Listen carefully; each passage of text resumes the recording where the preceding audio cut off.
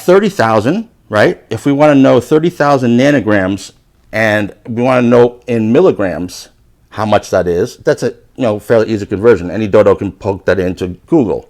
And what you come up with is 0.03 milligrams of GH. This is what's key. 0.03 milligrams of GH, guys, is 1/10 roughly of 1 IU. 1 IU of GH internationally and globally the world over has been agreed upon since the inception of GH recombinant technology in the late 80s, when they stopped whacking monkeys on the head and taking out the pituitary juice and started making it in the lab bioidentically, with the product being bioidentical to our growth hormone that we make endogenously. 1 IU is 1/3 of a milligram. So for those of you who suck at math, I actually do too, but let's make it simple. This kind of math I've always been good at, functional math, not advanced multivariable calculus like my dad and my brother engineer. But we don't need that for this stuff. That's awesome. So 3 milligrams, 3 milligrams, 3 milligrams, 0.33, 0.03, 0.03 milligrams is what you have basal. 1 milligram, just one, not 3, not 0.33, 1 milligram of GH pharmaceutically equals 3 IUs. 3 IUs is typically like a dose for a bodybuilder who's conservative or novice.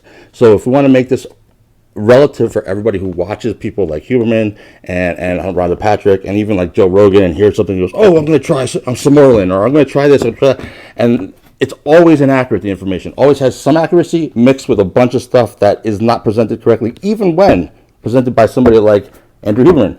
And the reason why is because he knows so much more than all of us, myself included, about so many things.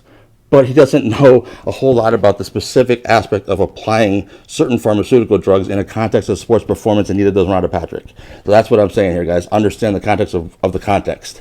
So that being said, half of a unit, 1/2 IU of GH is typically the lower dose, even in medicine, for a replacement of GH. Like if a doctor writes a script for GH for an adult with growth hormone deficiency, it will probably be around half a unit a day. Probably, something like that. That's fair to say. So half a unit is the first significant amount that we know. But we know that it takes 3 units to equal 1 milligram. We know that we have 0.03 milligrams at basal level. 0.03. 0.3, right, would just be almost like 33. 0.3 would be almost like 0.33 or 1/3. So 0.03 is 1/10 of 1/3. 1/10 of 1/3. 1/3 of GH. As far as a milligram, 1 milligram equals 3 IUs. That means 0.33 or 1/3 of a milligram is equal to 1 IU. Got me? 0.33 milligrams of GH equals 1 IU. We just said a half of an IU is like the minimum, kind of where average-ish, but lower end that medicine uses, not performance, medicine to barely replace GH deficiency in adult males and females. Females actually have a higher dose. That's another story. Half a unit's not enough for them. But anyway, they need more GH than men, by the way. But you have half a unit being the minimum. So 0.33 milligrams, I'm drilling this home again, is 1 unit. 0.33 milligrams GH is 1 unit, 1 international unit of GH.